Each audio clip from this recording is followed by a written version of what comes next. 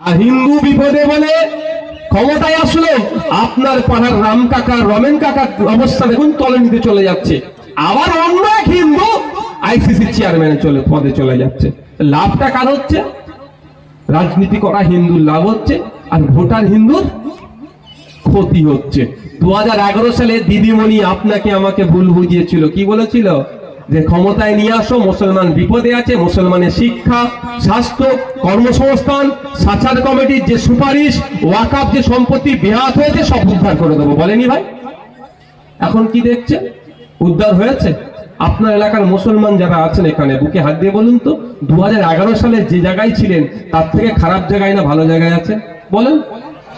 খারাপ জায়গায় আছে। সব থেকে বড় খারাপ জায়গায় কি বলুন তো? আজকে হিন্দু মুসলমানের মধ্যে রেষারেষি ঢুকিয়ে দিয়েছে এই মমতা ব্যানার্জি। যেটা আগের দিনে আমরা খেতে না পেলেও এক মশাই বসে আড্ডা মারতাম হিন্দু মুসলমান মিলে, কোনো অসুবিধা ছিল না। এখনো তো খেতে পাচ্ছি না, এখন ওই এক মাছাতে বসাটাও দূরে সরিয়ে দিয়েছে। তার অন্যতম প্রধান কারিগর হচ্ছে তৃণমূল।